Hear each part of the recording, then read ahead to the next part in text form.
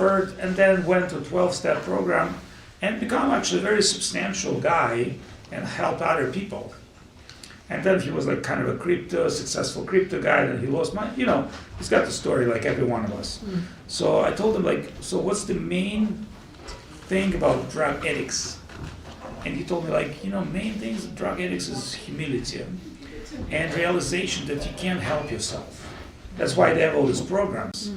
And they say the most powerful thing is the consciousness. When you enter into the realm of consciousness, when you go into people that suffered and had courage and strength to manage out of the situation, that's where your real awakening begins. But you have to be humble. See, you can't go to drug addict program if you think you can manage on your own. It doesn't work. You have to be like totally surrender and acceptance, and like you have to be very clear that you can't do it on yourself. And then you come into like group of people and they tell you, what, it's also happened to me. So they start explaining things that they suffer from. And by hearing their suffering, you think, my suffering is not that bad actually. I just blew it, a couple of times. This guy blew it big way. I've lost my girlfriend. This guy has lost his, job, his business, his girlfriend, everything. So, but then what really works is the stories of hope and resurrection. And when we look at the Bhagavad and devotional stories, we see also stories of failure and resurrection.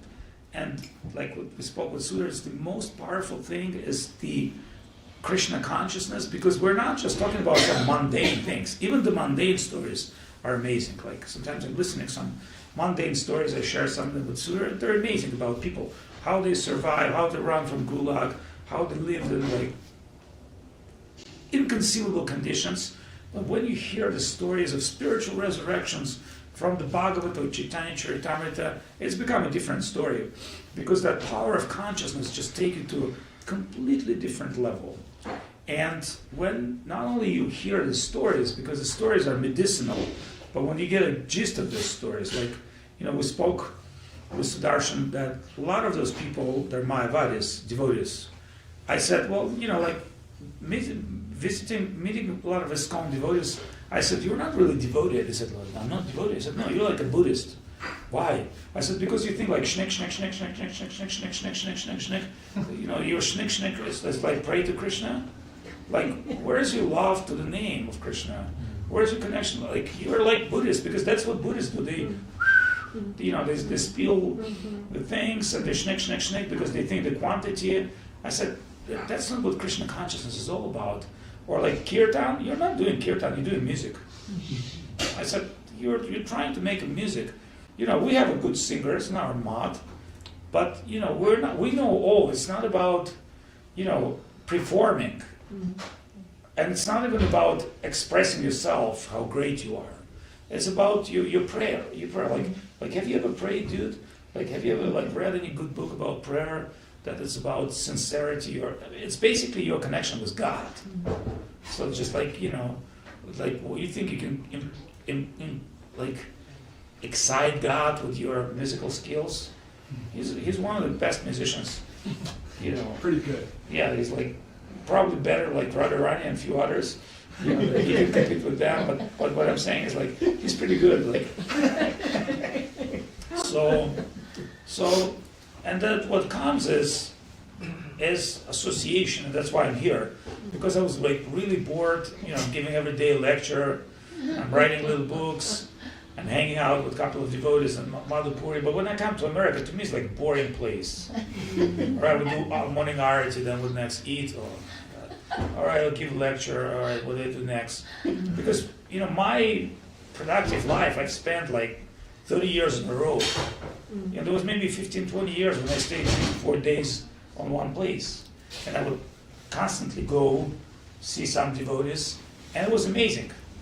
Now I understand it's good to ground, like stay in one place, also good to appreciate things and to like search through, but still I think like I'm pretty bored, like I need association of devotees. I'm like one of those addicts that looking for like, this power of association is so great. And then I'm coming to Sudhir and we speak about all these amazing things and horrible things, which is, to me, is amazing because sooner you speak about quantum physics and I said like how stop being idiot or like how can I stop being moron or like how do I understand if some of my friends become a moron, what to do with that? So and he's talking about you have to be quantum physical consciousness, and then I thought, oh my God, and I look at this tulsi, and this tulsi, it's becoming lotus. Yeah. Like the leaves become lotus. I never seen such a lotus-like transformation. Where this transformation is coming from? Because these tulsi leaves look like lotus leaves. So in definition of Goloka, there are many types of lotuses there. And I'm thinking, wow, it's kind of mystical. Maybe it's my quantum vision. Because I'm coming from LA, everything's legal there. But tell me if I'm wrong, right? No, never wrong. No. Not about that. Those leaves, if you see that leaves. I mean, they look very unusual. Yeah, They're lotuses. They were dancing. I mean, dancing. And I'm not really tripping. I'm seeing them. Yeah. With my imperfect senses. Right. Yeah, it's amazing the color that they're manifesting. Right. Yeah, very beautiful. And I'm thinking, how is it possible? Have you They seen were that? so very- I see Kali tulsi, black tulsi. There are many types of tulsi. So my question, what is that tulsi? And another tulsi, like almost like flying in the air, the roots. I said, it's kind of that's why I was looking for that. Oh my God, there's levitation tulsi lotus is here. Sounds like Is Ishwar Naraprabhu takes care of these tulsis? sounds like my Ayurvedic medicine starts working. But it's Or maybe I achieved divine vision, or I don't know what happens. But he was uncertain. See, that's the problem, he's a little bit uncertain. Yeah. What do you say, Maharaj? What do I say? Yeah. Well, Maharaj, we're just really fortunate to have your association.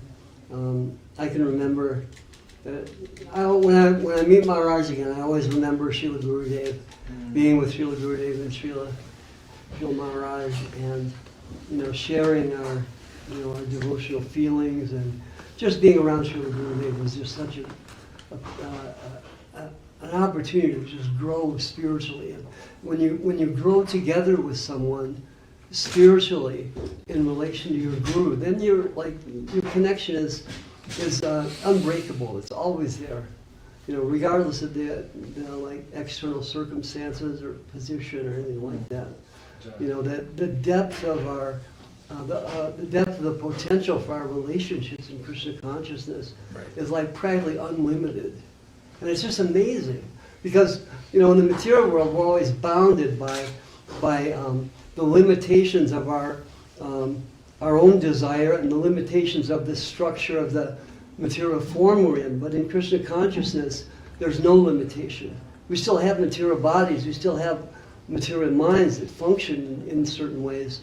But as we awaken the soul within, the spiritual self, that's really who we really are, then we gradually start to feel and enter into a whole different life, a whole different way to approach things, and a whole different way to be with people, and to know people, and to come to a whole different level of relationship.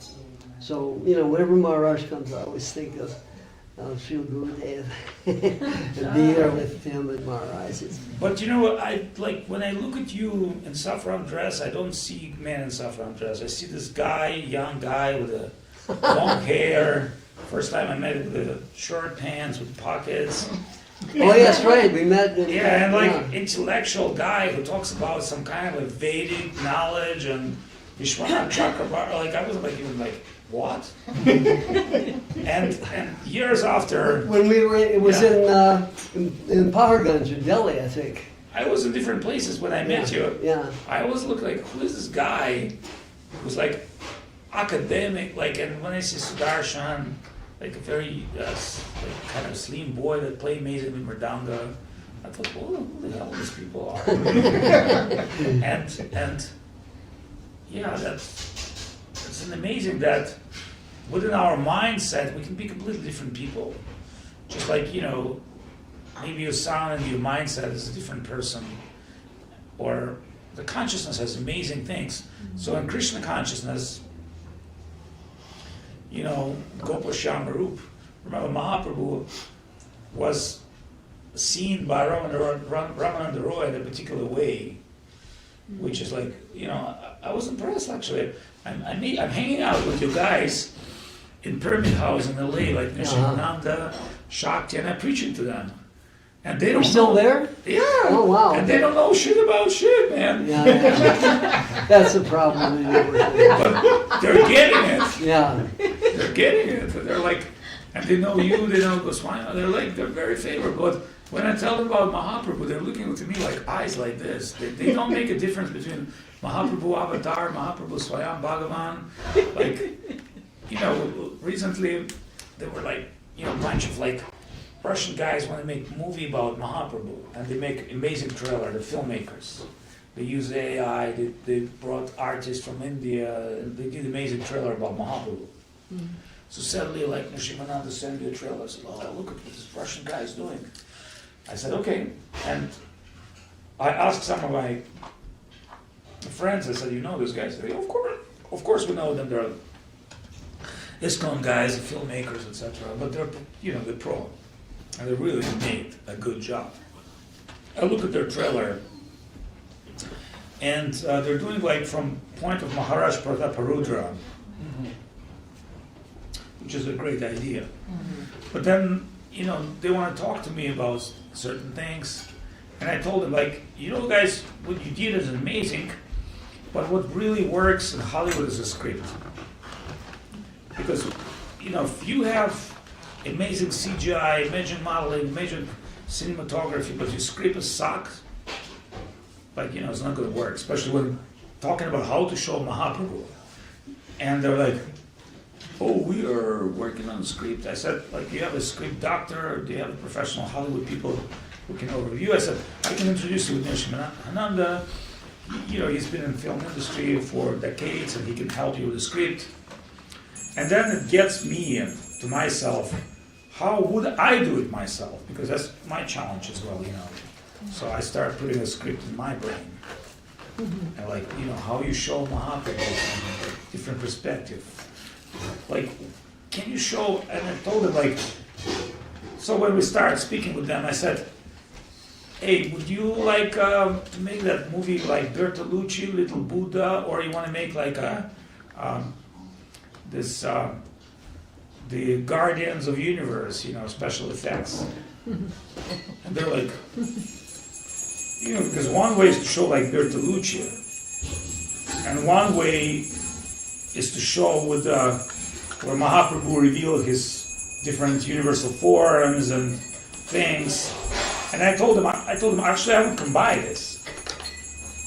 See, because just like Krishna, you can show Krishna as like sneaky guy who's like sneaky Indian who talk about, Arjuna, I gotta kill them all, And then suddenly you can show his universal form. So remember, from at Mahabharata, at the time of Krishna, certain people, they just couldn't get his God. Not that he couldn't get to his God, they would get together and figure out how to kill him. And he was not the strongest guy, but they thought, if we just get rid of Krishna, these Pandavas, these devotees, like, they would vanish. For some reason, the Yudhishthira is our enemy, but we gotta get down Krishna, because you know what? He's supporting those guys. Who's that Krishna? And Shishupal would come and say to Krishna, you freaking killer of your relatives. You know what you are? You're not a king. We heard you're born in village. You're like a coward boy. You milk guy. You milk guy dressed as a king. Do you understand who you are? And by the way, you're not even like sane, because like you've got so much of these illicit girls that everybody talk about, and like all you're doing is like drink milk and do like just sexual activity at night. That's what we heard about you. And Krishna's like, continue please. And he's like counting offenses, and so from one point Shishupal like kind of trying to humiliate Krishna, But if you extract that mood of humiliation, and it sounds like he's glorifying Krishna. Oh, you coward boy! You love all these wonderful gopis. You're the animal. You're enemy of Kamsa. You slayer of demons, etc. So then, like Sudra said, what's your perception? Where's the Maya? Who's in Maya? Was Shishupal in Maya or not? Tell me.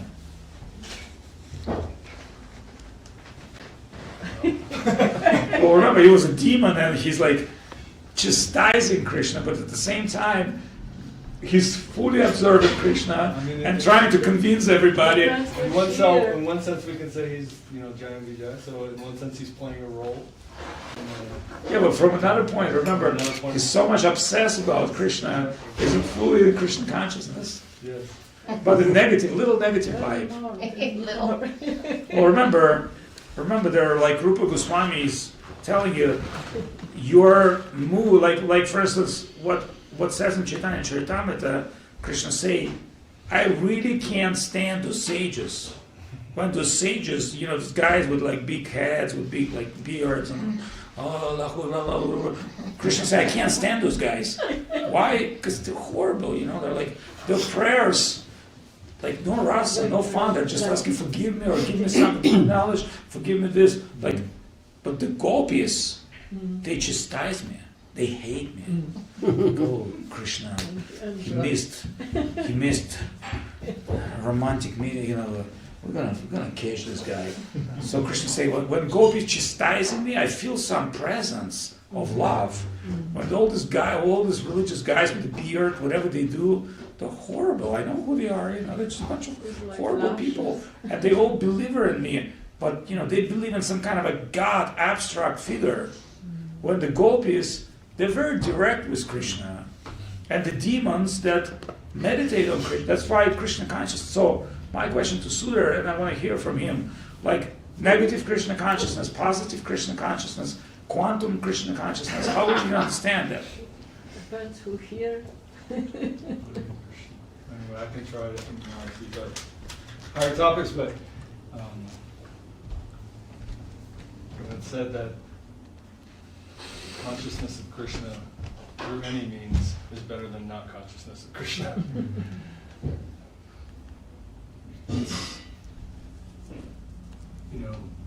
We're approaching something actually that we don't even have any business even hearing about or knowing about. Because we're a very finite soul in the midst of an extremely finite experience through unreliable senses. So the reality we find ourselves in is quite imprisoned, actually. But by the grace of Guru, we have some idea of connecting in love with the source of everything, who we find has personality, not just personality, but the most wonderful, beautiful, dynamic, and intense personality. So to come into conscious awareness of that, and potentially even connection with Him, is the most wonderful thing, and every other idea of life is very empty and tragic. So, in one sense, we could say any relationship with Him is better than no relationship with Him. Because no relationship with Him is literally pointless. It's like a moth flapping around until it jumps into a fire. Like, okay, what was that? We're running around in this state of desire for acquisition and fear of whatever we are afraid of. And like this state with phenomenal energy flickering all around us, and us feeling emotion regarding every flicker, and we in this state of, like, you could say subdued panic, or quiet desperation, until we finally just fall into a grave. That's a kind of a hellish life. But to connect with the Lord, to connect with the ocean of feeling, the ocean of, what's called rasa in Sanskrit, that is a beautiful thing. with his connection, every feeling has an element of joy within it, even the feelings that we call negative with our current egotistic experience. So, what can we say? The devotees are the holders of a very high type of relationship with the Lord, a relationship of love and an exchange of love with the infinite. We're floating along. Mahaprabhu says, Brahmande Brahmite Kom Bhagyavanji Guru Krishna Prasade Bhai Bhakti Lata Bij. We're floating through all these experiences of life in many different parts of the universe. Always generally having some version of quiet desperation until a death. But somehow, in this lifetime, in our infinite journey, we've come across a soul who holds some wonderful feeling and connection with Krishna. And from that, we have some actual wonder and smiling experience in our life, and some sense of what a dynamic and tasteful thing real life can be. And we got to jump in, as Avadhut Maharaja inspired us, full force, full faith, fearlessly try to act in service and contribution to this wonderful dance. Jai Shri Krishna. Jaya. Maharaj, what do you say? Well, I'm thinking, listening to you, Maharaj, I'm thinking that, not thinking, but actually, starting to feel something, that all of Krishna consciousness has to do with like a deep personal relationship. We develop a deep personal relationship with our Guru by trying to give ourselves to him, by trying to surrender to him. And simultaneously, we develop relationships with the devotees who help us grow in Krishna consciousness. We develop relationships with even people who are maybe just beginning in Krishna consciousness, or people who are like senior to us. We develop different kinds of relationships and grow on that level, because reality has to do with ultimate relationship with Krishna.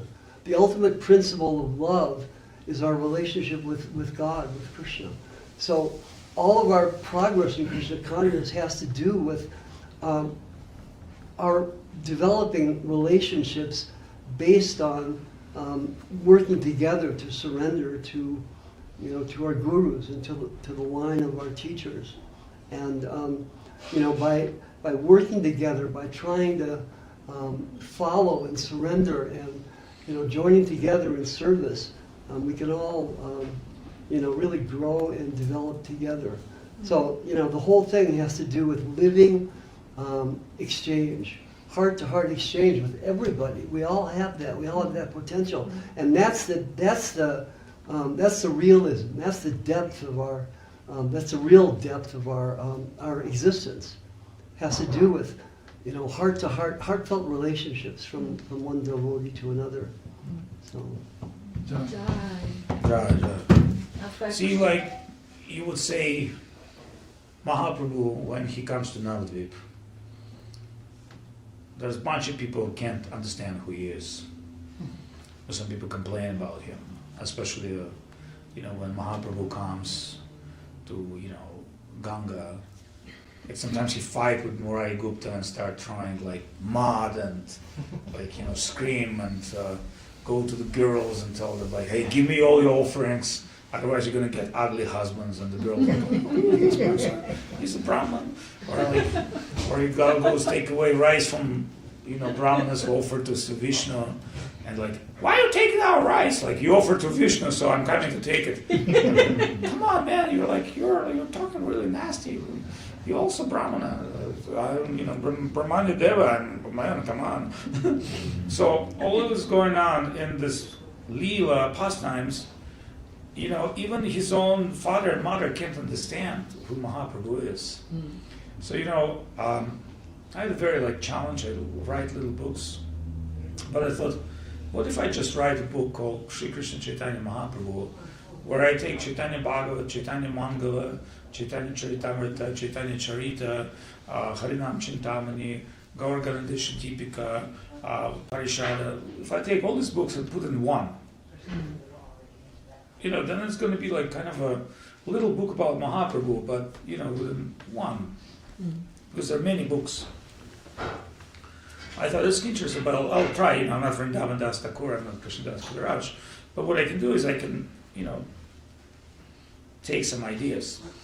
And my experience with Vrindavan Das Thakur, he's incredibly sweet, incredible sweetness. But he's writing in the 15th century, so the modern reader does not entirely understand mindset. Like, for instance, my book, I'm setting up what was the Bengal of that time? Who was like Hussein Shah, Rupan Sanatan? What was Navadvip was like a student town. I remember that time, India was under take of Muslims. But thanks God, Navadvip was like Oxford, like a university town where students from all over the India would come. And that was little place of peace because there was no resources, just a brain. It was intellectual place. So all these great students would come and they want to join, university. They want to be educated, and they see Nimai Pandit as some kind of incredible being, because sometimes Nimai Pandit would come and just speculate and show them the supremacy of the mind. Remember, they knew him as a debate guy. He would achieve debates, all these universal debates as scholars about logic and grammar. Mahaprabhu just would play with their brain, and everybody would say, "Oh, that's what I want to be like." He's like God. He's he's playing with the people's brain from one perspective, and then eventually he's coming and becoming devotee. And when he's becoming devotee after meeting with and he's not meeting with Ishwar Puri first time. Ishwar Puri also come in Navadvip in a dress of a Buddhist monk. See, and it's cool. See, because the sadhus of that time, the Buddhism was prominent. So you just put, I put it the saffron dress of Buddhist monk. Nobody disturbs me. I'm renunciant sannyasi.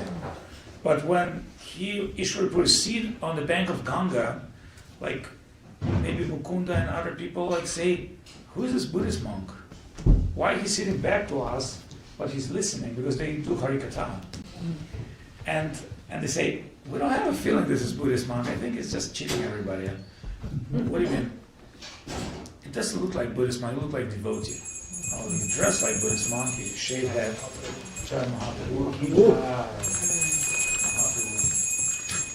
So how they would test Ishwara Puri? You know what was the test? I think Mukunda started chanting song.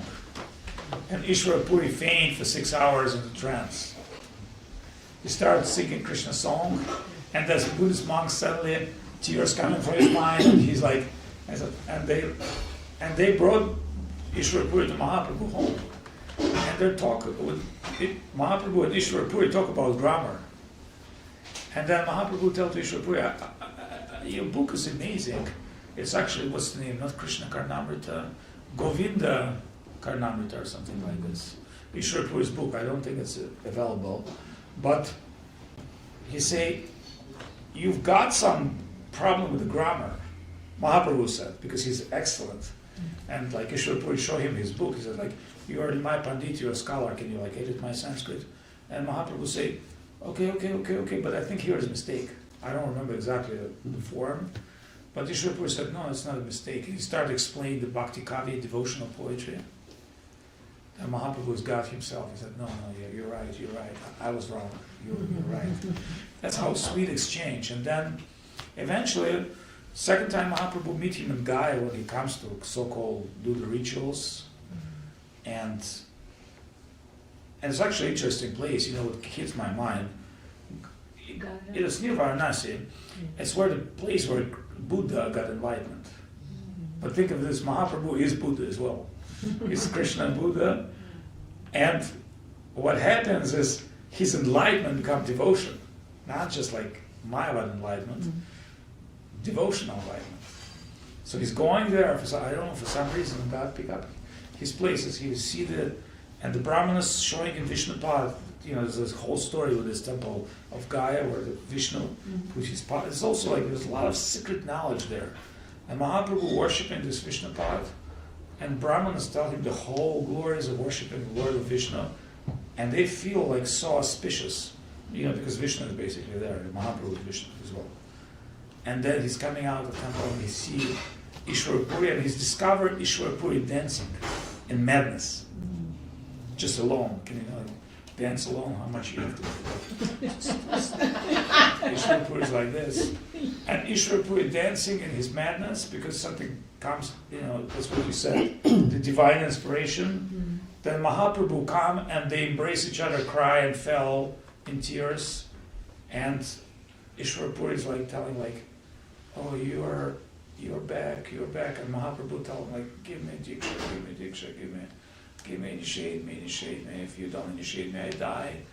And that's how this initiation happens. Interesting, when Madhavendra's Puri Guru was Lakshmipati Tirtha, right? Lakshmipati Tirtha, according to Bhakti Ratnakar, is coming to Vrindavan and he meets Nityananda Prabhu, and same thing happens. And he's embracing Nityananda Prabhu, and Nityananda Prabhu told him, give me mantra. Lakshmipati said, I feel you're like God himself, like Balaram himself, what kind of mantra I can give you? And Balaram told me, give me that mantra. And so just, do you understand? The mantra came from Nityananda Prabhu, who's ultimate guru, to Lakshmipati Tirtha, and that's how Madhavendra Puri lineage was fixed. Because he's a guru of Madhavendra Puri. But eventually he's also Madhavendra Puri guru of Nityananda Prabhu. But Nityananda Prabhu giving the guru of the guru mantra. So it's like all these things I'm sourcing Bhakti Ratnakar, I'm thinking, oh my God, this book's amazing, why am I not reading them? And I said, I don't read them sometimes because I only understood Socrates when I was 40, I've read Marcus Aurelius when I was 50, and certain things I'm not prepared to understand, but the reason I'm trying to write is because it makes me go into those books, not just, I've listened to them 10, 20 years ago. It makes me all right, I'm going to go there today.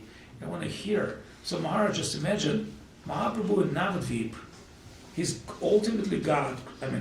Word God is not a good word, but they're a different group of people, and each of them, his mother, his father, his wife, the people that love him, people that hate him, how is that possible? What's your take on that? I was thinking that Srila Prabhupada used to really encourage us to write a lot, and he said that by writing you see your own realization, because when you write you're kind of forced to put it together in your mind how it all kind of connects in a logical Krishna conscious way. So when you write, you have to think in such a way as to develop your own internal understanding. And so when we write, as Prabhupada always wanted us to do, then naturally we grow in Krishna consciousness.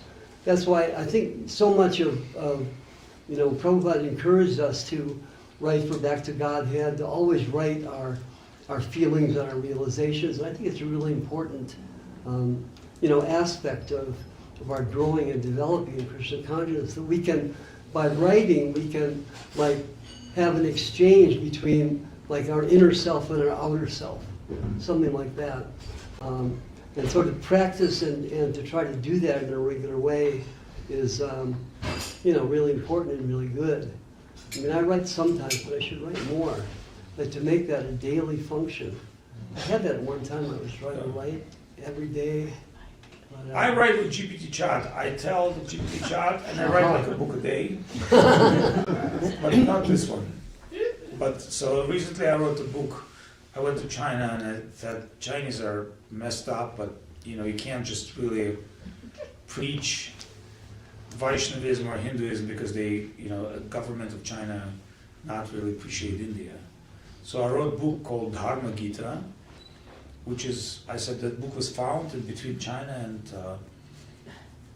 India on the path by monks, and nobody knows who spoke in that book, but it's been translated through different sources. So it's basically like Upanishadic style, and I figure out I can pretty much, because I've read a lot of Upanishads, I can write in Upanishadic style.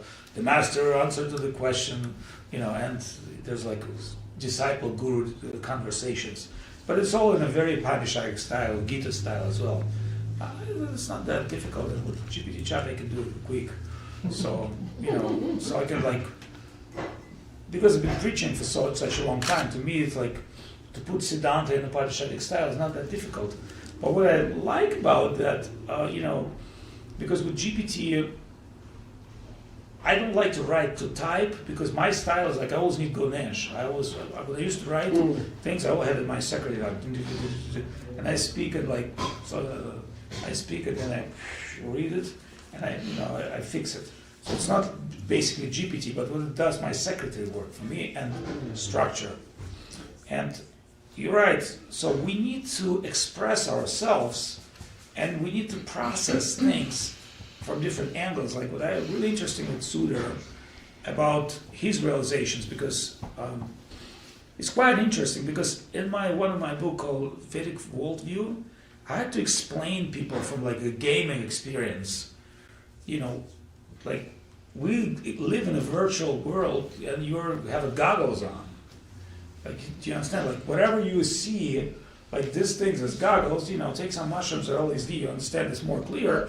But without that, because like when people take psychedelics, they can understand they're not the body, but I'm not promoting psychedelics, I'm just saying is like a lot of people, the psychedelics was base of spiritual revolution because people felt they're not physical beings, but they felt this on an intuitive level. They could not perceive what's beyond. Remember, like you cannot become enlightened by psychedelics. That's why I always say to my Burning Man friends, you can open the door, but you cannot enter in. Because, as was said, Tatvidhi Paripatina Pariprishnena Sevaya, devotion, dedication, that's what really gets you on the way. Psychedelics will open and close the door all the time, because every time my friends take psychedelics, they open the door, but they never go to that. They'll close the door, wake up, the next day and go to work, and then again go to Burning Man, take psychedelics, open the door, and again close the door, and how much time you have that. But in our way, we accept this idea, I'm not the body, I'm a spiritual being, but eventually we experience this. I want to hear from Divya. Like, have you ever had experience with your spirit soul, or you have you had that, treat, wake up? Tell us. It was through chanting. Through chanting, yeah. And I hadn't even met Gurudev, but it was through the mercy of Srila Prabhupada. So I never told anybody this. Nobody ever asked me. Hello, is this on? This is not even on.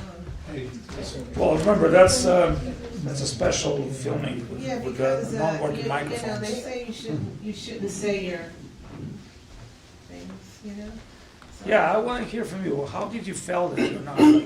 What's your spiritual realizations? Like you said, chanting, Prabhupada. Continue, please. I think it's just the relationship, like Nyasi Maharaj was saying. It all comes from Guru.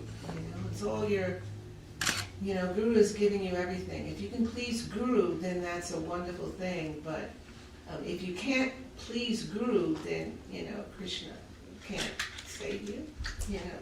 So it's all about your relationship with Gurudev, and I think that's what our focus should be on in our life. But the love and affection that you feel through the connection with Guru, because Guru is one. So I guess I was feeling that through the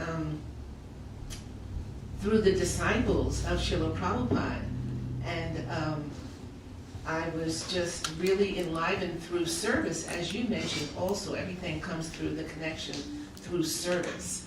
So we were very. I was very, I guess, fired up and very, very attached to chanting. And I always took shelter in the holy name when I was a young devotee. And I don't know, when was it? The early 80s, I guess, late 70s. And I felt like the holy name was like dancing on my tongue. I couldn't swallow enough. That verse that says, you want a millions of tongues. That verse, that tunde tunda vanira tumbatanute, that verse. And that was really funny, because that's one of the first verses that I memorized when I was a young devotee. But that, it just seemed like I just didn't have enough mouths to chant. And I couldn't swallow it, and I was just like staring at the lotus feet of the deities. And I was, I couldn't swallow the name enough. It was just like, it was too much for me. And it was so amazing. And then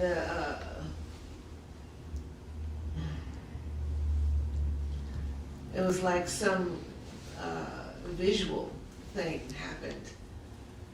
And it was just like overwhelming. And I was like a little freaked out. And I looked behind me, and there were all these devotees standing behind me.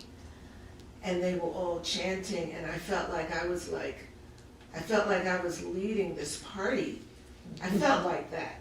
I don't know what they felt like, but I felt like I was leading this chanting. And I was like, well, there's a word that we all know, flabbergasted. I was like struck with awe and just wonder, and just like freaked out on a silent level. And it was hard to contain myself, and I just like kept it all in. And I'm sure that it was from the service connection through Srila Prabhupada, through his mission and his association with the devotees. There was another time that happened to me in a park, and I was thinking about, I don't know if it was Prahlad Maharaj or that story where Krishna reveals himself to one of his devotees, and then he goes away, and then throughout the rest of your life, you're always hankering to see that, to have that vision again, to have that taste again. And Krishna took it away. And so, like, you'll never forget it. You'll never forget that experience. And it's hard to explain it because you can't explain your emotion. So, but, like, I'll never forget that experience. And it was way early in my devotional days, but I'll just never forget it. And another one I had in the park, also with the holy name. And it was very much in my early days, and I just think it's the blessing and the mercy of Guru and Krishna. Srila Prabhupada is, he came, I guess, it must have been through Srila Prabhupada, through my connection with him, and my service connection with his mission and his devotees, because we would do anything and everything for service. And I remember coming to your trailer in Badger. oh, really? Yeah. Anyway, yeah, I never, ever told anybody this ever. This is a first. So I can't even explain it properly, but All right. I always Exclusive insights. Huh? Exclusive insights. Yeah, it's I just feel like it's real. It's real. He takes it away, and you hanker for it for the rest of your life, for that Right. experience again. You're always, you want to try to surrender. There's something that keeps us here in this mission. For so many years. It's like, God, there's so many pure souls in our mission. I can name a few, and I am just, I can't even come close to their devotional service life, And I always try to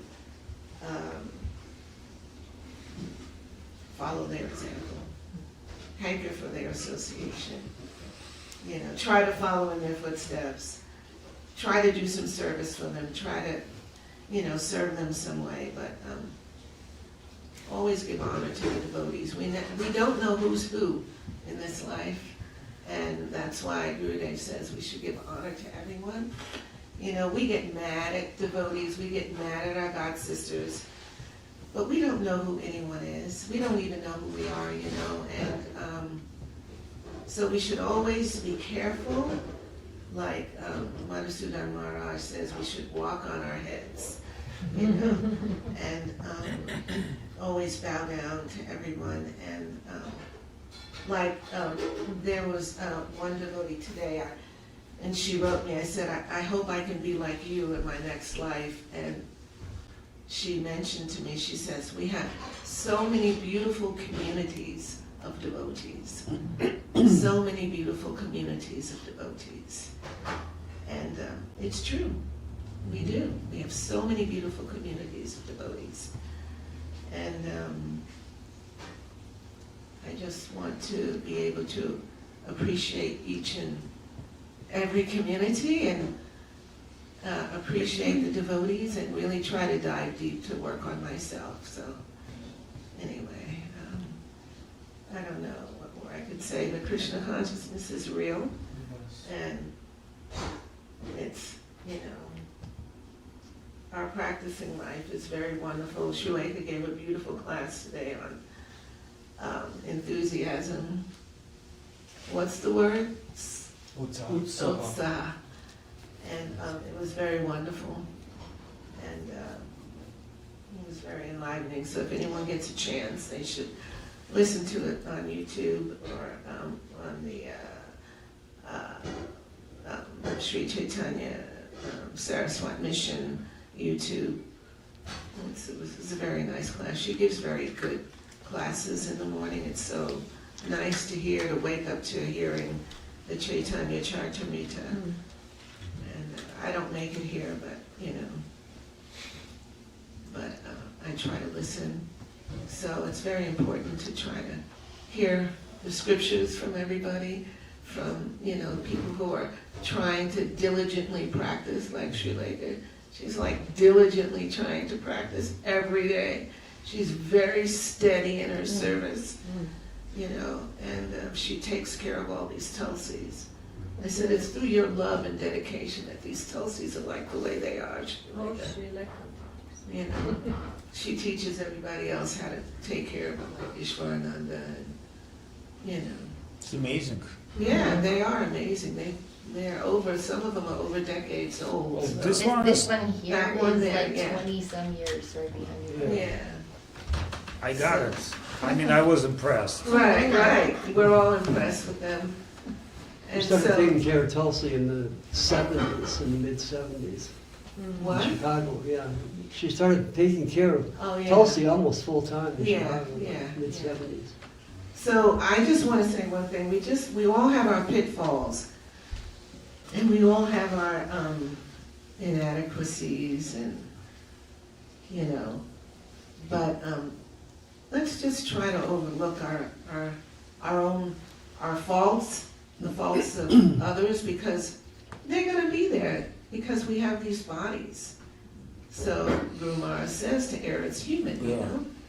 So we're always going to be full of faults, but we should always try to see the bright side of everyone and everything, and love ourselves, and try to love ourselves more too, because I have a problem with that, you know. So, and then we can harmonize more, and that's one thing I wanted to ask you about, Maharaj. It's about absolute harmony, how we can harmonize more within our own mission. Take more drugs. You mean You know, how we can, See, I just want to tell you one thing. Harinama? See, drugs is a medicine, not a drug to get intoxicated. Although, like you just mentioned, when you went to the devotional gathering and you participated in the kirtan, and then you had your own inside awakening that you understand you leading the kirtan. And Guru Maharaj explained every dot is a universe. Every dot is a center in the universe. Centers everywhere. And I love one ISKCON devotee said, everybody's in charge in his position. everybody's, everyone, he told me, like, in our temple, I was like very impressed with this ISKCON devotee, simple devotee. He said, everybody's like superior in his position. Like, I'm superior dishwasher, I'm superior cleaner, I'm superior cook. Like, it's the harmony where everybody is like in charge of his service and fully reliable. It's not like, oh, I'm so amazing, like I'm in charge of everybody, but you know, really I'm a self-centered, ego-centric. No, like, all right, so Serving the center. yes, Everybody. yes. So everybody, like you're like, just think of this: like somebody's become center of kitchen, it's amazing prasadam. Somebody's become center of tulsi worship, it's amazing tulsi, and that's where like really, yes, where you define your position in service, and you do best as you can, the best as you can. Like you know, what you've done is the best as you can. I mean, I've seen like your magic is amazing. But by the way, do you know why tulsi in known to the Western world as a holy basilic? Do you know why? You don't know. Holy basil. Yeah, who cares about holy basil from India? But in European alchemy, and in alchemy in general, Alchemy, you in said? alchemy, yes, in Parat Vigyan, the resurrection of matter, Tulsi's last samskara. Like, when you want to turn Mercury to immortal, it has to be Tulsi.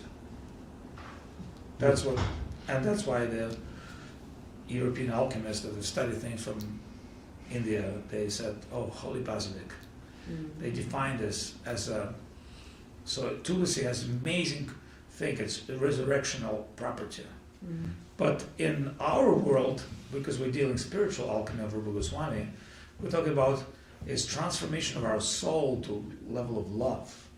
See, because there are three levels of alchemy. One is the turn matter into the higher ultimate matter, which is like another story. But second is like to achieve that settled stage of immortality in mortal world. And the highest is Rupa Goswami's alchemy, is the transformation of the heart and soul, because soul is made out of love of Krishna.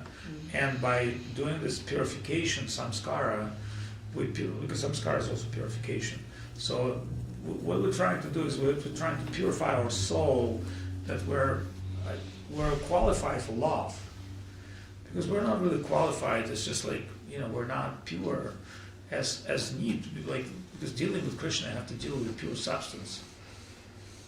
It cannot be some kind of a mixed hodgepodge stuff. You know, it has to be purification. So the fire of purification is a fire of tapasya, we say fire of sankirtan, fire of service, fire of association, nama sankirtana yasya sarva papa pranashana. So the sankirtan means sharing about Krishna, speaking about Krishna, sarva papa pranashana, it's the ultimate purification moment. So one time I went to Georgia, it's a little country on the Black Sea, which has a very rich ancient history. And Georgian people, the Caucasus tribes, they're very like kshatriya, you know, they're respectable. So I went to one devotee home. Kshatriya means warrior. And his father, like, you know, and they live very poor, but when they see the guest, even in their tradition, like their guy who killed the man's son, but they say even that he could come to me as a guest, I'm supposed to serve him for 3 days.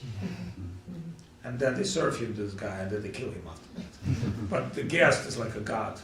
So I was there, and like he's the old guy with like beaten mustache, and he like bring like wine. He said, like, this wine is 20 years old, and give me like a glass. And thank you. They don't like, you know, but because if you still start telling them about 4 regulative principles, it's not going to work. Because you know, their culture. I say, yeah, well, you know, very nice taste. It's like, you know, I start talking to him and say, hey, by the way, you know, like his son, you know, he's vegetarian. Like, but father's like, I'm giving the best to the guest and the monk. You know, it's very like special. So, but then they took me to devotees, and it happens to be there was like very few, like there was no our people, very few our disciples was there. And for 3 days I've been preaching Sri Guru, His grace, search for Sri, all our Siddhanta, I was preaching to the ISKCON devotees. After 3 days of preaching about 12 hours a day, I never felt such a purification in my life. Like when I was out in there, I felt like, it sounds like I washed my soul through like a wash dryer, some kind of a special dryer. I felt so purified. And it was like 12 hours a day. Like would change location, we would go eat, and like devotees would share just like now. See, because I would say things and say, what do you think? And like, they laugh. Like this ISKCON devotees, they felt like, wow, it was amazing. I couldn't come back because it was like, I don't remember, it was like Russian-Georgian war or something, like not bullshit happens, where they closed the border. But there, a lot of Russians now there. But that necessity of these devotees to hear that stuff, that was like a magnet, because they were like 20, 30-year practitioners, senior guys, so they were like ready to receive the stuff. And then I went to some other people, and I like tried to preach to them, and like, these guys are like almost like empty. It's like they're like a drum. Whatever you throw them, it resonates. Like when you throw something and observe, it's another story. But some people do like a drum. I tell them things and they tell me some other BS. I tell them something and they're like, but Srila Prabhupada! This is Prabhupada said. Yeah, Prabhupada said. I said, Prabhupada don't say anything. So but what I'm saying is like, it's just a different type of people. So when you have a quality person, that's where the true exchange happens. So sometimes when I go to preach, there'll be like 300 people in a hall, and then I always look with my eyes one that listens. I know out of 300, some of them like furniture. It's normally happens. But I would find one or two that I have an eye contact, and I would talk to them specifically. And normally the miracle would happen to these people. They would come off the program and say, I was very touched. Other people were like clapping and happy, and, wouldn't get it on that level. So you do need that deep connection. I want to ask Rai Kishori, what do you think? Like, have you really felt like deep connections with different devotees of our mission? I'm not talking about like singing, cooking. I'm just talking about like when you're in conversation. I wouldn't be here, I don't think. No, but Wouldn't be. my saying like she shared, Yeah. but share with us some experience. Well, one time when I was a teenager, against my will, my whole family went to India. And I was very enmeshed in like school, and I have, sometimes people are, they're like suffering a lot, and that's why they search for spiritual life. It's one of the reasons that you try to search for the Lord, is that you're suffering. But there's other reasons. Some people they're looking for the truth. And I can say I wasn't any of those things. I felt very comfortable. I was not suffering. I was very like sure. And then I was kind of like yanked out. And I landed in India in the off season, which is a very quiet time, in a monastery in the eastern side of India. And it's boiling hot. It's just the end of rainy season.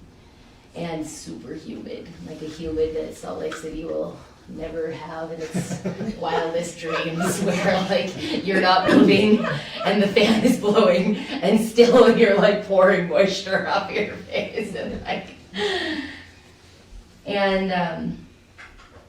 I remember like resisting, like, how am I in this monastic situation with all of these kind of spiritualists? I just want to go to school. But strangely, on that particular trip, there was a lady who had moved to India permanently. She was trying to go to India for 2 months, and she ended up staying in India, living there permanently for over 5 years. And by trade, she was a professional seamstress, and she was from Mexico City, and from a very, very devout family, and she became the seamstress for the temple. And she kind of took me under her wing, and I started to learn on an ancient old sewing machine how to sew, like a treadle machine with no electric, in a room with like a single light bulb that would like waver in the night. And started having conversations, and I felt I wouldn't be sitting here if it wouldn't be for people kind of extending themselves to me in these strange moments. And I find, maybe that's like the nature of mercy, is that despite myself, something wonderful can happen, right? Because the idea of transactional kind of worlds is that like I deserve this and I'm doing these things, but I can say very, very honestly, many things happened that I didn't deserve, that were very kind to me. I would say like I didn't have appropriate mood many times, and I feel like Gurudev was very kind to me. And also like very patient, right? Things aren't happening overnight. It's not like I say like I arrived in India and I had all these realizations and it was all very clear and life was easy after that. But so carefully, so slowly, things are kind of manifesting and arising. And really you can say like, yeah, the obstacle is the way, right? The obstacle does have the transformation inside of it. The next version of you is coming through actually, because nothing is real until the obstacle presents itself. That's the thing, is like spiritual life is like super flowery, right? It's like spiritual life is super flowery and like it sounds so mystical and all these things, but everyone's got kind of grinding on something. Everyone's got some kind of pain that's going on. Everyone has some desire that's not quite getting satisfied. And that is becoming the fuel for why we get off of the couch or don't get off the couch, depending on what's going on. And that fuel ultimately turns into the big question mark. And then when you have that question mark kind of resonating in yourself, all of these words that are inside of these songs start to come to life, right? All of these quests that we're on start to like take some kind of technicolor, and you're going, wait, this is what the sages from 3,000 years ago are talking about, and it's very relevant in the decision that I'm making in 2026. Okay, well that's pretty freaking cool. And if this, then that. But I can say like slowly, right? So it starts for me on a treadle sewing machine with no electricity in a place that had the phone number was 2 digits in Navadvip, which now Navadvip has several million cell phones, right? So 2-digit phone number in the village, right? In the printing house was a wild cat that lived in the roof rafters, and he would sleep. And wild cat meaning like jaguar or something. And he would sleep in the print house, and his tail would come down. And no one would disturb, because they're living like very harmoniously with the wild jungle. There's huge monkeys that are like going through the treetops, and like, it's like this, it's like, if you say it's almost like Mowgli or something like that. And then there's like, you're waking up at 4 o'clock in the morning, and there's like, conches and incense. It's like quite a wild. I remember once my little brother, he had a habit of keeping crackers in his pocket. And this giant monkey, certainly taller than him, jumped down from a tree, slapped him in the face, and took the crackers out of his pocket. Right, so it's like, really that kind of world. But at the same time, there were people coming from all over the world that were very sincerely questing and asking questions. And so those questions were not in me. I wanted to go to school. I didn't want to go out. And I can tell you, I stayed on that particular trip in India for over 10 months. And when I left, I asked Srila Maharaja, I said, can I please live in India permanently? And he was like, no, go back to school. And then I proceeded to cry, like for a 3.5-hour taxi ride. I realize now that taxi driver must have just been like, whoa, like she's broken. Like, why is she leaking so badly? But it was that transformative. How And so old again? that trip I was 14. 14. So, and like many other trips happened actually. Funnily enough, the next trip I ended up in India, I was 17. And I went traveling with my oldest brother and his girlfriend at the time into a very holy, mystical city in India. And well, first we went to Jagannath Puri, and then we ended up in Bhubaneswar. And Bhubaneswar is a very interesting city. It's a city of 1,008 Lord Shiva temples. And it has a very mysterious temple that Westerners still can't go in, and very unusually, this temple of Lord Shiva, he comes out like a Rath Yatra once a year, and like sees the people. Very, very, I've been in many, many cities all over India since I was a little baby.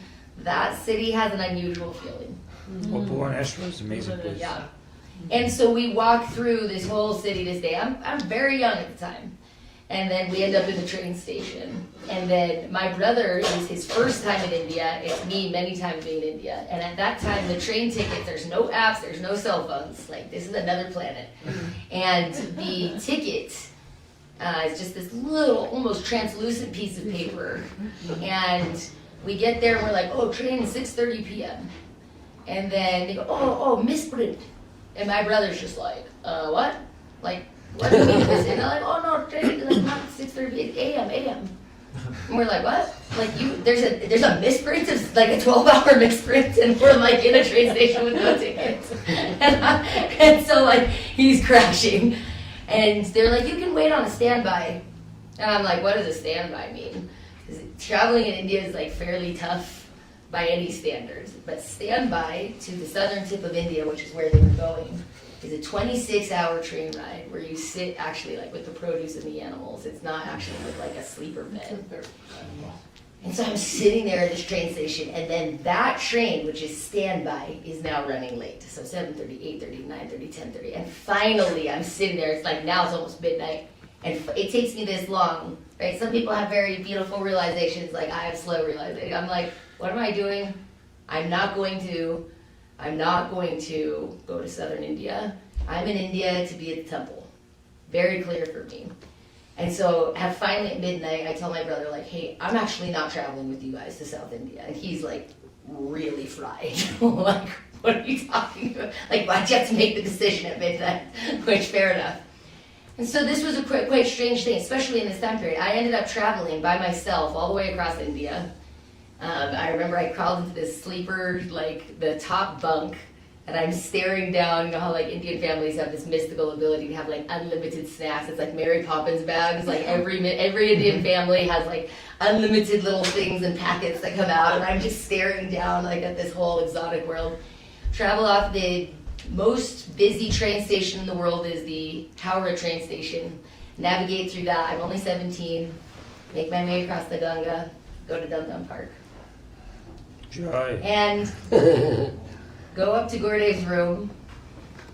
And it's silence. And I was very nervous I was going to be in trouble for traveling alone. Because they didn't really, for safety reasons, it wasn't really a thing. And then Gurudev just looked at me. And I had not gotten married at the time. And looked at me, didn't say anything else. He just said, and where is Sudarshan? His only sentence to me. And then it only came clear quite a bit later what was referenced. But the main thing that I can say is it really doesn't matter how old you are. You can be 17 at midnight in a train station, and you can make a decision, and that decision will change your life. And ultimately that decision did change my life. There was many things that happened on that trip that came as a result of that particular crossroads. And that trip also, some people were very kind to me, to kind of speak to your points, where again I felt some internal movement. I'm always looking for that. Where some motion will happen that I can't cause myself. And it's a very nice meditation. The Lord that you're looking for is the Lord that's outside of your mind. You're not looking for a hologram of God that's what you think God needs to be. You're looking to connect with something that's outside of yourself. And if you start to brush with something that's causing motion that you didn't know could happen, it's your duty as a noble soul to pursue that type of thread. Because we're already looking for the things that we think will make us happy. And if we're not experiencing ecstasy and happiness, it's because it's in a very short-sighted kind of selfish plane. And the whole scriptures are advocating, be very, very careful what you wish for, and be careful where you're placing your realm of desire, because you're going to get asha, pasha, shata, shata, right? My many cares are my many snares. You know, so these things start to come into play when you go, I was near this person, and I started to feel something lessen within me. And I started to feel something different that I didn't even know could beat. And so that's like really what spiritual life is about, deep transformation. And then what do you say to someone like that, right? You don't say just like, oh, thanks. Right? Then you go, wow, this is the treasure of my life. I hope I can serve you. I hope I can be connected with this more. I hope that this type of thing is what I can like extend to someone else one day, maybe forlorn on the trail. I have something that can pour out from me and help you, just as so many have been kind to. Some shipwrecked man. Shipwrecked brother. So that's like one of my favorite poems of all time. Srila Guru Maharaj quotes it also as the Psalm of Life from Wordsworth. He goes, "Tell me not in mournful numbers, life is but an empty dream, for the soul is dead that slumbers, and all is not as it seems. Life is real, life is earnest, and the grave is not its goal. Dust thou art to dust returneth, was not spoken of the soul." Rupa, you have to do hip hop. Man. But you see, what you just share, it's so important because there are a lot of, see, one thing we're talking about, the devotees who's like Mayavadis, like Buddhists, schnick, schnick, schnick, schnick. There's not a group of devotees that are like in complete duality. And, you know, our philosophy, we said, achintya beda tattva. So when this, that's why it's very difficult to understand Guru Maharaj, because he's in that realm between, you know, that achintya beda tattva. Achintya is pretty hard to understand.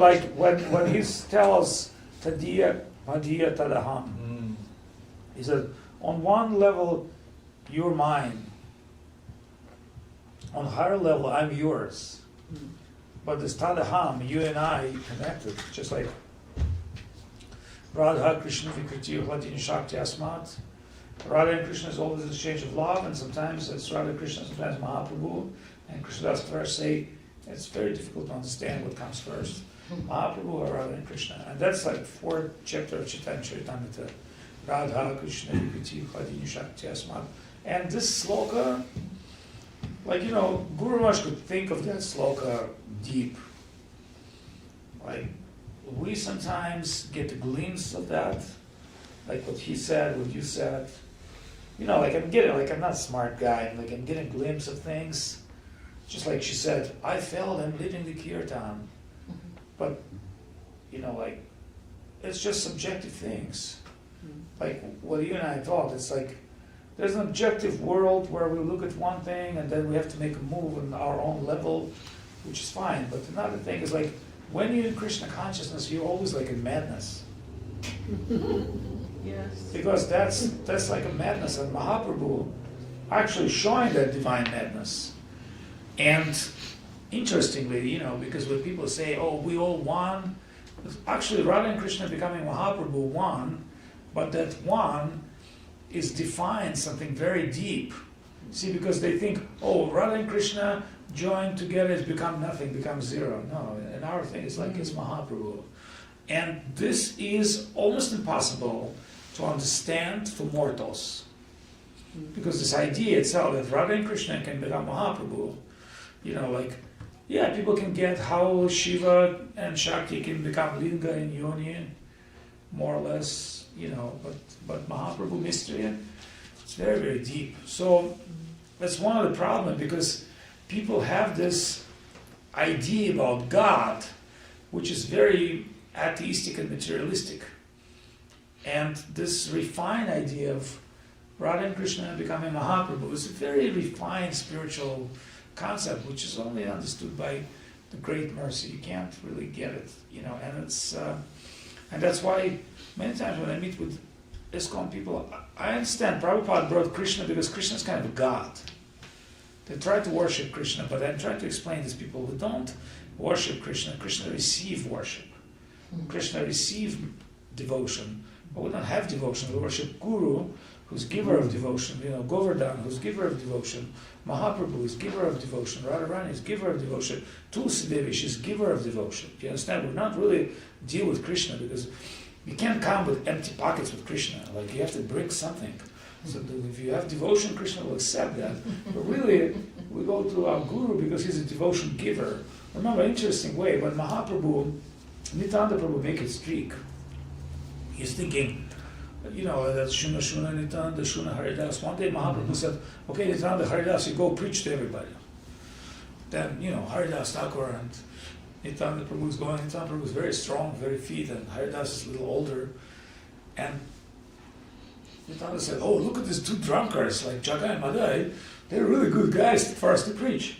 And Haridas said, no, like, look, these are the gundas, hardcore criminals, like, you don't want to mess with this kind of people. Like, let's go to sane people, And Nityananda Prabhu said, no, like, man, let me, like, you watch how I'm going to approach these guys. And he's like, oh, my friends, happy to see you out of your faces. How about chant Hare Krishna? And, like, Krishna loves you. And this guy's like, I really want to go die. I really want to die now, or like. And then they're like chasing Haridas and Nityananda, and Nityananda is like running and laughing, and Haridas is old guy. I feel like if these two guys will catch us, they'll just go beat shit out of us. So the next day, Nityananda had a plan. He thought, if I could just convert these two, then everybody understands the glories of Mahaprabhu, because everybody afraid of Jaya and Madai. So he made all this thing, and Mahaprabhu said, okay, Nityananda, you start kirtan, I come later. So Nityananda start kirtan, and suddenly he sees these two gundas, like hardcore gangsters coming and say, hey, these are the guy we were trying to catch. And he's like, come on, guys, just chant Hare Krishna, peace and love, peace and love. Jaya is like, whoosh, splash, like, and the blood start coming from Nityananda's head. And then Mahaprabhu come, and Mahaprabhu, by looking at the situation, is just like, want to become Mahavishnu and destroy Jaya and Madai and all the atheists. But Nityananda Prabhu started telling them, come on, you can't do this, you came here to give love, please give them love. And they was like, oh, give them love. Then you know what Mahaprabhu said next? He said, you're very tricky, Nityananda. You're very tricky. First you give them faith, then you give them immediately holy name. Like, do you understand? Like, you cannot have this without faith. And faith cannot be expressed without holy name. So Mahaprabhu said, you're like freaking tricking me. Like, you're giving faith to these guys. You're provoking them. And remember, like, Gajendra and many other, like, Parikshit surrender out of necessity. So he's always like, when Mahaprabhu mad and become Vishnu and called Chakra, these guys understand, this is it. Now we're going to get killed right now. We're going to be burned in a freaking laser. Shards with laser beams, and like these guys, they've seen the chakra, their little wheat or whatever they had, just gone. Now they're like facing, they see this is God. But Nityananda Prabhu give them faith and tell them like, okay, surrender to, and they're like, oh Lord, we surrender.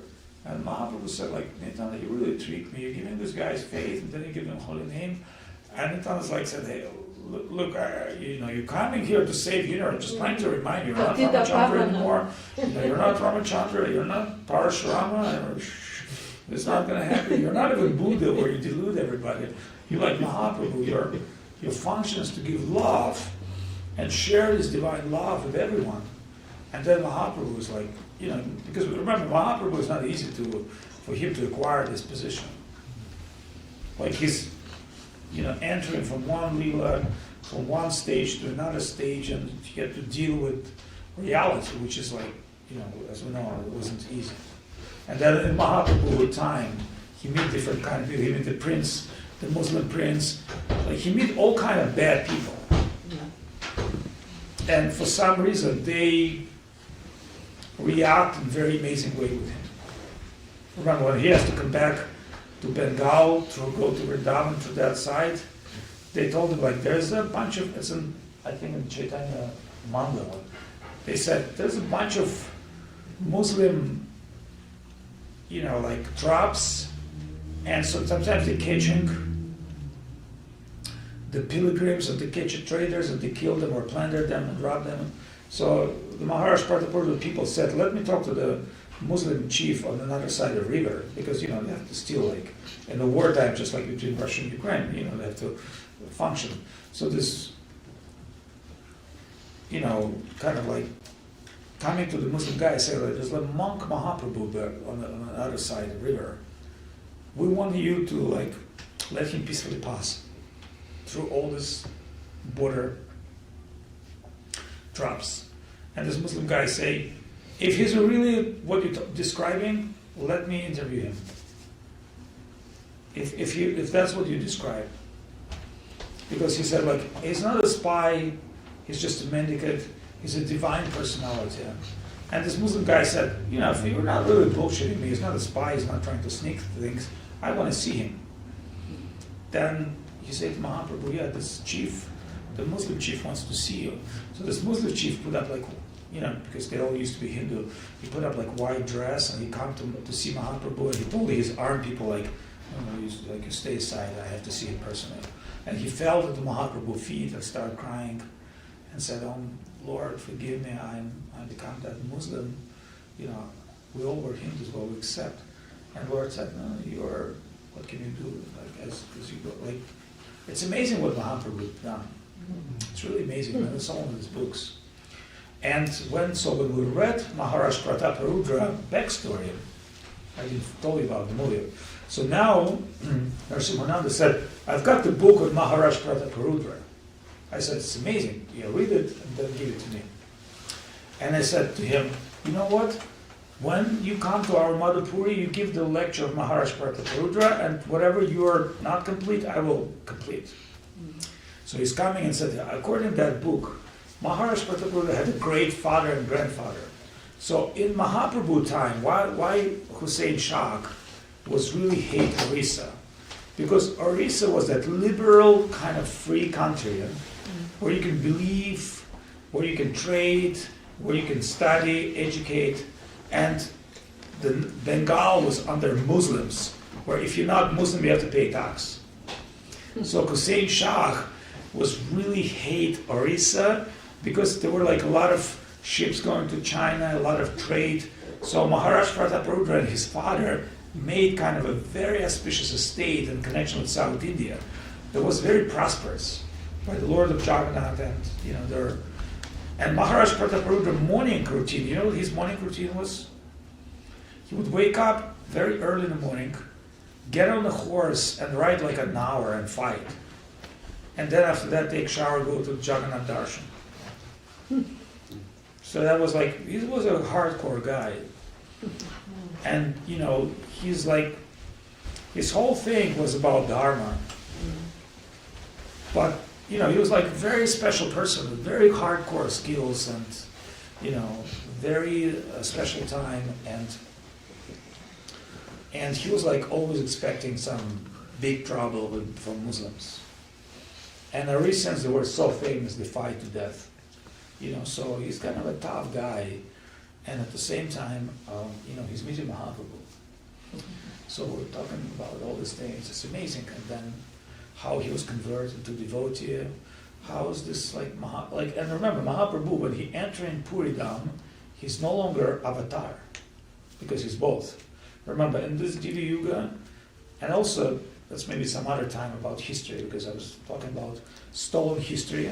Remember, in this Kali Yuga, before Kali Yuga, Krishna himself became historian, Vedavyas. It's a historical position. In Linga Purana, there are 28 Vedavyasas. So one of them is Krishna himself, the Rapayana. So when he comes to his pastimes in Puri, he no longer avatar. Remember, when between Navadvip and Puri, he's no longer Swayam Bhagavan, he's avatar, Chaitanya avatar, which comes every Kali Yuga. But in this very special Yuga, he's coming as Swayam Bhagavan to taste heart of Radharani. Just like Krishna. Krishna has two positions. One is Vasudev in Dwaraka, and one is Krishna in Vrindavan. So Krishna in Vrindavan, it's original Krishna, it's not Narayan. So when original Krishna comes and original Mahaprabhu comes, original Mahaprabhu comes, Radha Bhava Duty Subalitam No Misrupam, he's tasting this bhav of Radharani. That's what we said about, you know, Radha Krishna Vikritya. It's very secret things. So, you know, how do you understand what Mahaprabhu avatar? So Nityananda break is done, then telling like, okay, you're no longer avatar, you go to Puri. Then Mahaprabhu is Radharani, he's telling to Nityananda, who's Balaram, okay, I'm not going with you, I'm going alone. Why? Because when Balaram and Krishna, he cannot feel that Madhurya Ras, but he needs to see Jagannath in the eyes of Madhurya Ras. You know, it's a whole, like, he's on his own trip. At the same time, he's also preaching. Or no, like Mahaprabhu on his own trip, because he's experiencing his own thing in this material world, but time to time he has to preach to like common people. Okay, you chant Hare Krishna, be happy, join ISKCON, sell the books, and you'll be fine. But if you really want to know what I'm for, go to Guru Maharaj and go to volcanoes, buy and love, search for Krishna. It's a different story. So mainly, well, you understand that ISKCON, they're dealing with most likely like Krishna, Mahaprabhu avatar, because it's not disclosed with them, all this in their books, this unique position of Mahaprabhu. And we are in front of Mahaprabhu, his unique position. So that's why we say, why is Mahaprabhu alone? You remember I asked Govinda Maharaj that question. You don't remember? We went to Kumkum house and I said, Gurudev, can I ask you a stupid question? He said, yeah, of course. I said, like you said, without Nityananda Prabhu, without Guru, you cannot understand Krishna. I said, yeah. I said, then why we worship Mahaprabhu alone? And Gurudev said, because in that position, he's Radha and Krishna Radha in one body. I said, but where's Nityananda Prabhu? He said, in Guru and Vaishnavas. Remember Krishna say, I'm the asana, I'm the seat, I'm the bell. But Gurudev said, in this case, in our position, we're not just formally worship. We understand Naham Tishtami Vaikunti, Yoginam Hridaya Naham, where Krishna say, I'm not in, like in Naham Tishtami Vaikunti, I'm not in Vaikunta, Yoginam Hridaya Naham, I'm not in hearts of yogi. As Paramatma, I come rarely to hearts of yogi. It's very hard to see me. I'm where my devotees glorify me. I'm where my devotees, and that's what we talk about, quantum consciousness. Because quantum consciousness means it's all about Krishna consciousness, like Sura said, very amazing thing. So, somebody thinking, oh, I need a gold Vimana to fly to Vaikuntha, and blah, blah, blah, blah. But it's just like, take off your goggles, and you realize you're home. Like, right now, you're in the goggles, you're in the trip. Once you trip over, the goggles off, you're a mortal being. Put out bad goggles, you're again in this material world. So you think material world, like, it's some kind of physics, but remember that Tantarantike, that sloka, it's not the way you measure things. You measure things in this world, that world is unmeasurable. That world is swallow your material dream. It's like when you wake up in your own bed. You don't wake up, sometimes you do a few hundred kilometers away. Remember? Who was that? Sarvabhauma. No. So, was that Acharya who wake up outside of... Ramanuja. Yeah, Ramanuja. He tried to come to Jagannath temple and change things, and he wake up 200 kilometers away. Maharaj conclude. Hari Haraya. Yeah, I was going to say something, I forget.